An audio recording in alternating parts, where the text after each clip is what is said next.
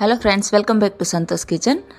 આ ઉનાળાની ગરમીની અંદર પાચન શક્તિ સુધારે અને શરીરને ઠંડક આપે એવી રેસીપી છે તે હું તમારી સાથે શેર કરું છું. 5 મિનિટની અંદર આ રાયતું છે તે બની અને તૈયાર થઈ જાય છે. તો એના માટે અહીંયા મેં એકદમ ફ્રેશ એવી એક કાકડી છે તે લીધેલી છે.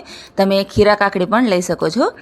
એને હવે મોટી જે જાળી હોય ખમણીની તેનાથી આપણે ખમણી લેવાનું છે. જો તમારે ઝીણું ખમણવું હોય તો પણ ખમણી શકો છો, પરંતુ મેં અહીંયા થોડું મોટું એવું ખમણી અને તૈયાર કરેલું છે.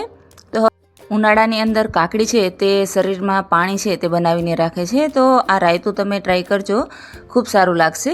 તો હવે આ ખમણ છે તેને આપણે એક બાઉલની અંદર ટ્રાન્સફર કરી લઈશું. એકદમ ઝીણું એવું છીણ બની અને તૈયાર છે.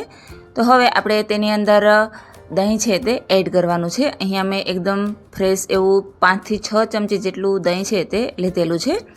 હવે આપણે તેની અંદર થોડા એવા મસાલા એડ કરીશું. તો 1 ચમચી ધાણા જીરો પાવડર, 1 ચમચી જેટલું નમક, થોડો એવો ચાટ મસાલો છે તે એડ કરી દઈશું. અને ઉપરથી આપણે થોડું એવું શેકેલું જીરાનો પાવડર છે તે એડ કરવાનો છે. તેનાથી એકદમ સરસ એવો ફ્લેવર આવે છે.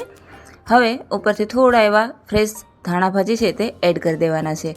હવે બધું છે તેને એકદમ સારી રીતે મિક્સ કરી દઈશું. રાયતાને તમે બપોરના ભોજનની સાથે અથવા તો ભાતની સાથે ખાશો તો ખૂબ જ સરસ એવું લાગશે. તો હવે બધું એકદમ સારી રીતે મિક્સ થઈ ગયું છે. તો ઉપરથી થોડું એવું આપણે એમાં લાલ મરચું છે તે એડ કરી દઈશું. તે બિલકુલ ઓપ્શનલ છે. અને ઉપરથી થોડો એવો જીરાનો પાવડર છે તે એડ કરવાનો છે. અને ધાણા ભાજી છે તે ઉપરથી નાખી અને તેને સર્વ કરી દઈશું. અને થોડી વાર જો તેને ફ્રીજમાં રાખી દઈશું તો એકદમ સરસ એવું આ રાયતું છે તે લાગશે. અને જો તમારે ફ્રીજમાં ન રાખવું હોય તો તમે નોર્મલ ટેમ્પરેચર ઉપર પણ તેને સર્વ કરી શકો છો. તો આ ઉનાળાની ગરમીની અંદર એક વખત આ રાયતું છે તે તમે જરૂરથી ટ્રાય કરજો. અને જો રેસીપી પસંદ આવે તો ચેનલને લાઇક, શેર અને સબસ્ક્રાઈબ કરજો.